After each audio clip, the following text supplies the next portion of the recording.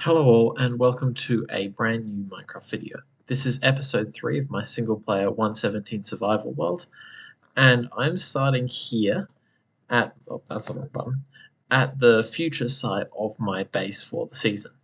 As you can see, we're in the shattered savannah that's just near my starter base, which is over there.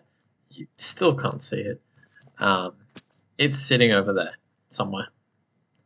There. So, I chose the Shattered Savannah simply because, 117 and 118, Caves and Cliffs update. Big mountains are going to become part of a main part of the game, and since this world will probably extend into 118 too,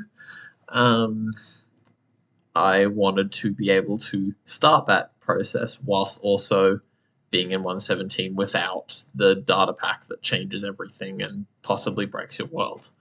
So, chose this area. Now, this isn't a very big biome. The ocean is quite literally just on the other side of this mountain. Essentially, my plan for this base is to build some sort of planetarium in this area. So, hollow out this entire area down to bedrock and use a trick with stained glass. So let's say this is some stained glass and you layer it in a fashion like this, and then put as an open space and have that, and you stand on top of there and look down, and it essentially looks like a void, except when you use black stained glass or grey stained glass for it. So that'll be in the center. And floating here will be some sort of storage area that will be that will look somewhat like a planet. Now, obviously, that's meant to be framed by mountains, so I'm going to have to build up a mountain here and over here as well. I also plan to have little farms, like my villagers are going to be over in that ravine over there.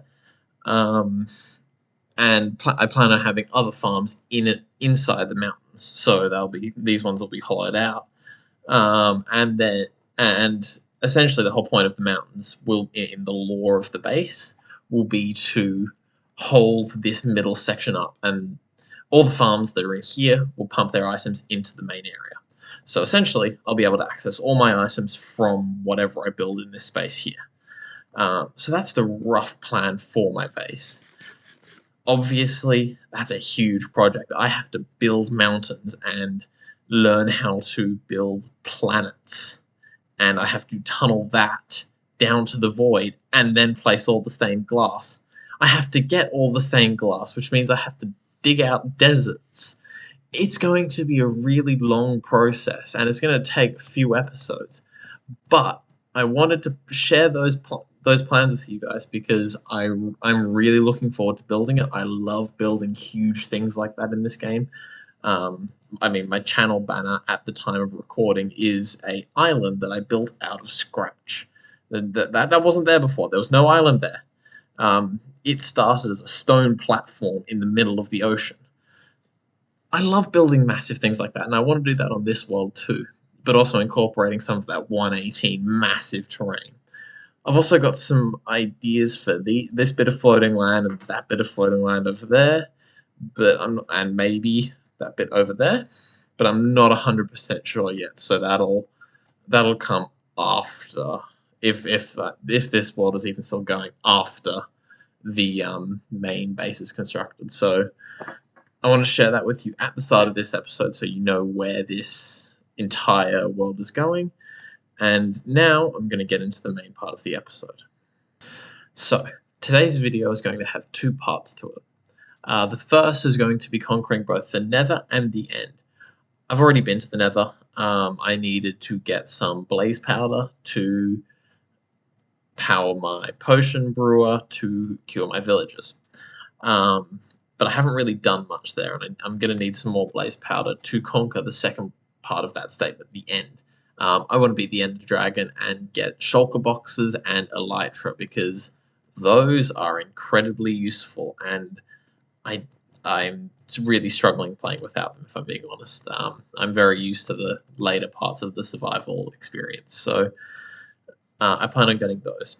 And then the second part is going to be building a melon and pumpkin farm in my mounty area that I discussed, because I still need to trade with villagers. They've all been cured, so one pumpkin and one melon is one emerald, which is fantastic. So I'll get that set up this episode too. Okay, since the last clip, I've done a whole bunch of stuff. I've traded for golden carrots from my villagers. I've got myself a whole lot of beds. Goodbye, egg. And I've got myself a whole lot of eye of Anthem. And some extra blaze powder in case I run out of the eyes and I need to kill some more endermen. So, the general strategy for my ender dragon fight is going to be using beds. For those who don't know, in the nether in the end, they explode. You'll see what I mean. So I'm going to go and find this portal now, and I will be back in a moment.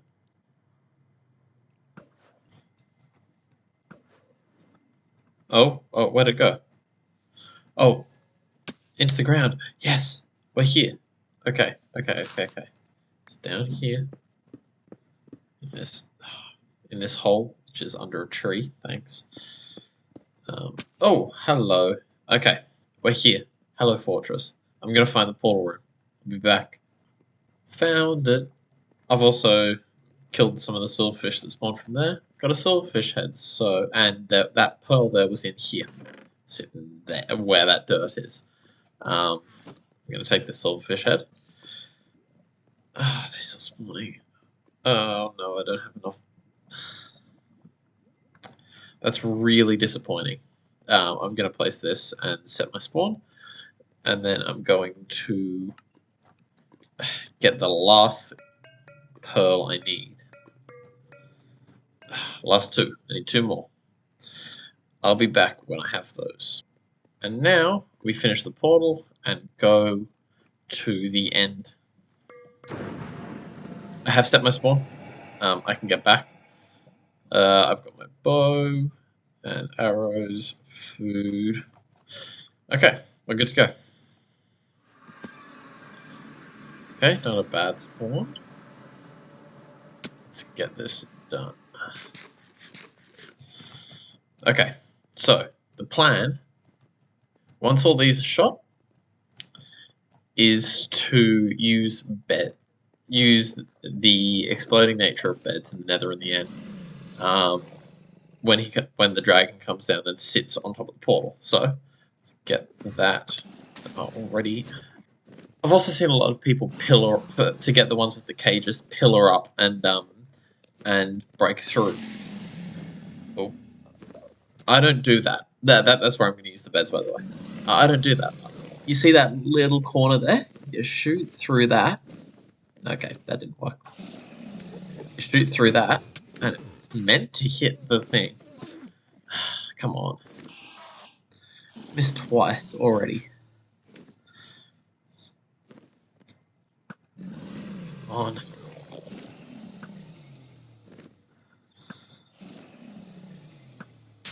There you go. Like that. Shoot through the little corner and it blows up. Alright, I think I've got all of the crystals now, so I'm going to get first off the top of this, and then to the right here, and going to place a bed, and then from all the way back here, shoot it. Yeah, that doesn't work. Oh no. And here. Okay, cool. Oh no. What?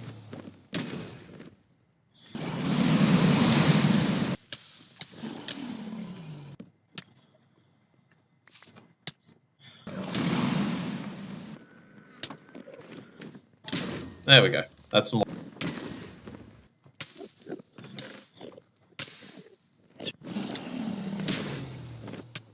Oh, come on.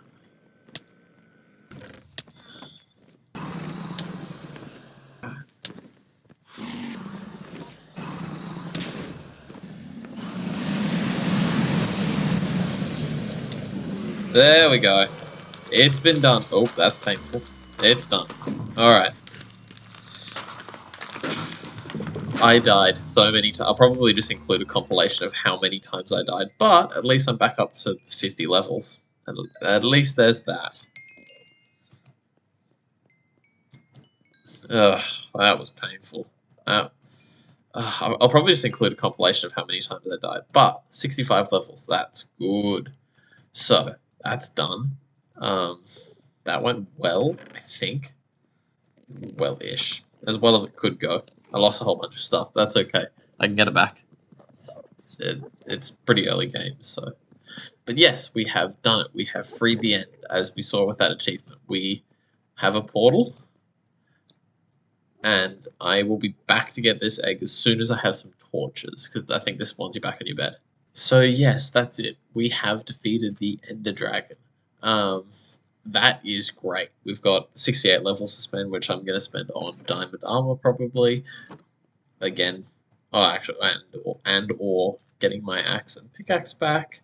But all in all, that is a success. I've also unlocked the end thing, the end gateways, so I will be looking for elytra and shulker boxes in the next episode, or I might stream it. Either way, I'll be looking for them. But now we are going to go and make a melon pumpkin farm over here in our new base area. So let's get into that.